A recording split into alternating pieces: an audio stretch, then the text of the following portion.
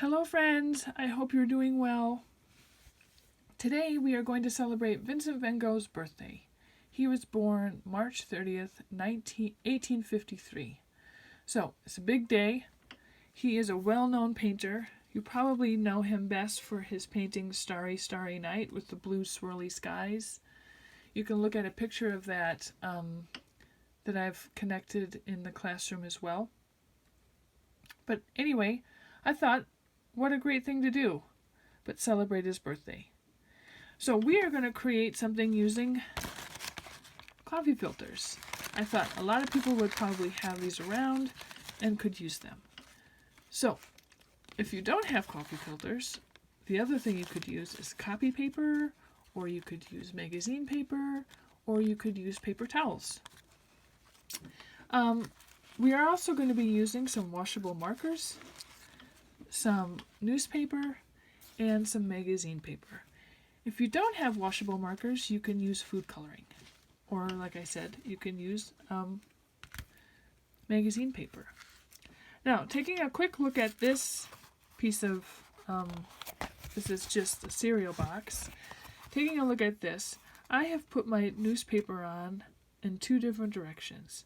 The bottom part, which kind of represents the table, is going vertical, and the newspaper on the top is going horizontal.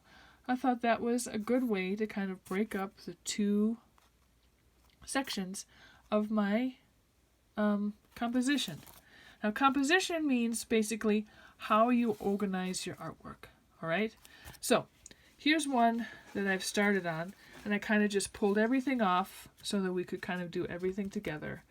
And once again, the bottom part of my composition is going horizontal. It's going vertical, and the top part of it's going horizontal. I just realized I used the wrong part of my collage for the table, but you know what? It's okay. I'm not going to freak out about it. The next thing we're going to do is create the sunflowers. And the way you do that is by using just washable markers. We use washable markers because we can turn them in to watercolors. So I start from the center and move out. I don't scrub back and forth because using such a light material makes it kind of crumple up, or you could rip it very easily. And I'm also using the side of my marker, just like this, all the way around. Now, some people might be like, why are you making a red sunflower? Well, sunflowers, as you may or may not know, come in a lot of different colors.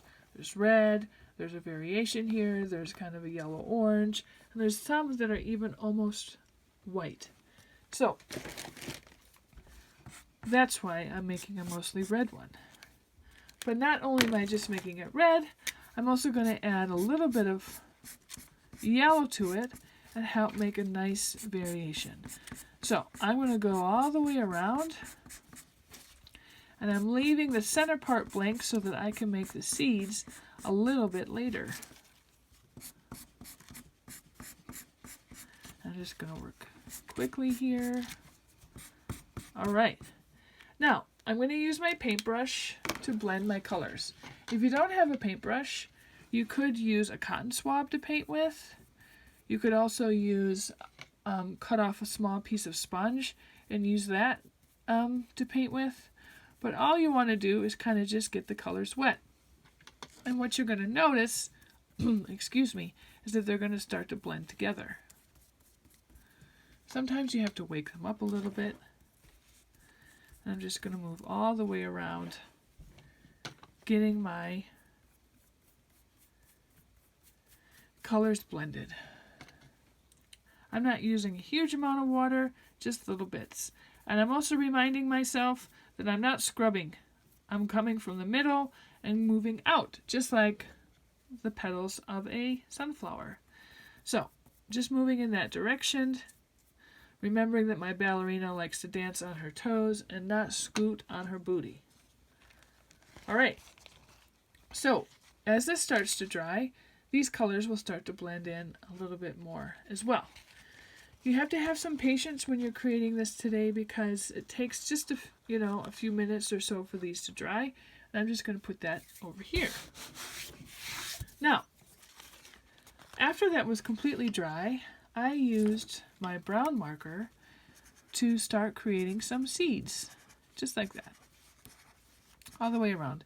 And I'm lucky enough to have 2 different colors of brown, and so I just added some different colors of brown in there too. And then I just kind of contained everything with a circle. Now you have to remember that you can't come back and do this until your sunflower is dry, mostly because you could kind of ruin your markers if you do it too early. So I have 3 sunflowers made. Now looking at the size of my cardboard, that's probably a good amount to have. And the reason why I like to use 3 is because compositionally it's more eye-pleasing than just using 2. It's kind of a little rule that is known in the visual arts that you want to try to work in odd numbers rather than in even numbers. So I'm going to kind of work out this composition. Now, some of you might really want to have petals. And the way you create petals is that you have to paint your sunflower first and then cut the petals out. Because if you try to do it when it's still wet, you'll just get a crumpled mess. And if you try to do it and cut everything out first and try to color and paint, these become really fragile and have a tendency to break off. So I'm just going around and cutting out little pieces of pizza all the way around. And you could decide to keep these little pieces to put on your artwork, to have petals on the table or something that look like they have fallen off. But I'm just going to continue with that all the way around, and I'll end up with something that looks like this.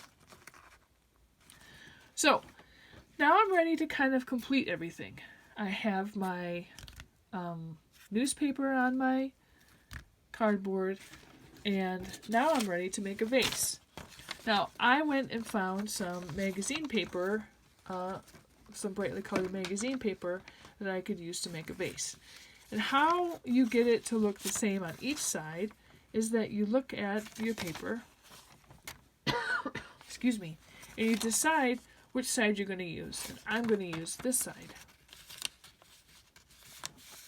So I'm going to fold this in half. Here's the fold, and here's the open end. And what I'm going to do is I'm going to draw a backward number 3 for my vase. And I'm going to make sure that I'm starting on the fold. So I go like this, and I make my number 3 backwards. And I want to make sure that it's on the fold, just like if you were to cut out a heart. Now I'm going to cut this out, and you're going to be able to see what my vase is going to look like. There it is. It's the same on each side, which means that it's symmetrical. That's what symmetry means, when 2 sides are exactly the same when you draw a line down the middle. So, I'm going to glue this on quick. Just a little bit of glue. If you made a glue sponge, which I talked about in the last lesson, you could use that. But I'm just going to use this bottle glue because it's kind of a bigger piece of paper. So I'm just going to stick this on. And then as you can see, I drew some thing to kind of help show my table a little bit more. And I would wait to do this until I had my vase glued on. So we can use this one as an example. I found the bottom where my wall meets my table, and then what I did is I just added some diagonal lines, just like that, all the way around. And if I wanted to, I could add some other colors in here too, but I'm going to leave that up to you. I'm just going to use my black Sharpie. It almost looks like these lines are radiating from the vase. It just adds a little bit of a dimension. And I could outline the bottom of my vase too, to kind of give it a little bit of a shadow. But it's all up to you, whatever you'd like to do. So now I'm ready to add my flowers because they're dry and ready to go. These took about 10 minutes or so to dry. So when I get started, what I like to do is I like to kind of play around with the composition. So organizing the way my artwork is going to look. What I want to try to do is keep my biggest one in the middle and then my two smallest ones on the outside. And it's okay for them to go outside of this rectangle. So no worries about that. So the first one I'm going to glue on is the big one. And I'm just going to put a dot of glue in the middle and kind of spread it around with my hand.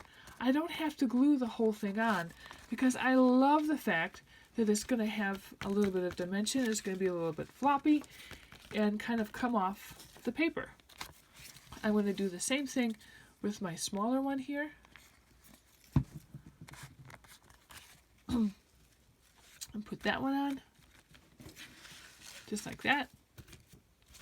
And then I'm going to put the last one on, just like that.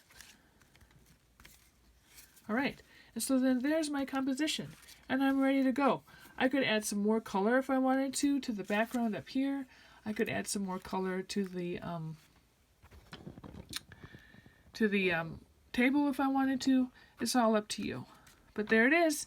And like I said, I could add these little pizza pieces that I cut out. And I could put them on the bottom so it looks like some of the petals have fallen off. Anyway, that's today's lesson. I hope you have a wonderful day. Happy birthday to Van Gogh. And talk to you soon.